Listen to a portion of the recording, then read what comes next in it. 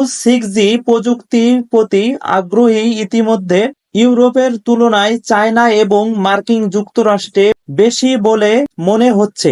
এই দুইটি দেশের মধ্যে চলমান প্রযুক্তিগত উত্তেজনার কারণে 6G নেটওয়ার্কের একটি দ্বৈত ট্র্যাক বৈশ্বিক বাজার পেতে পারে, যা নোকিয়া, হুয়াওয়ে এবং এরিকসন এর প্রবৃদ্ধিকে প্রভাবিত করবে। 2019 সালে হুয়াওয়ে তার অর্থনীতিকে প্রায় 41% চীনার বাহিরে আয় করেছিলেন, কিন্তু নিষেধাজ্ঞার পরে কোম্পানি নিজস্ব এবং বিশ্ব বাজারে তাদের অবস্থান পুনরুদ্ধার করতে লড়াই করে। ফলস্বরূপ গত 5 বছরে তাদের অর্থনৈতিক 29%-এ পৌঁছাইছে।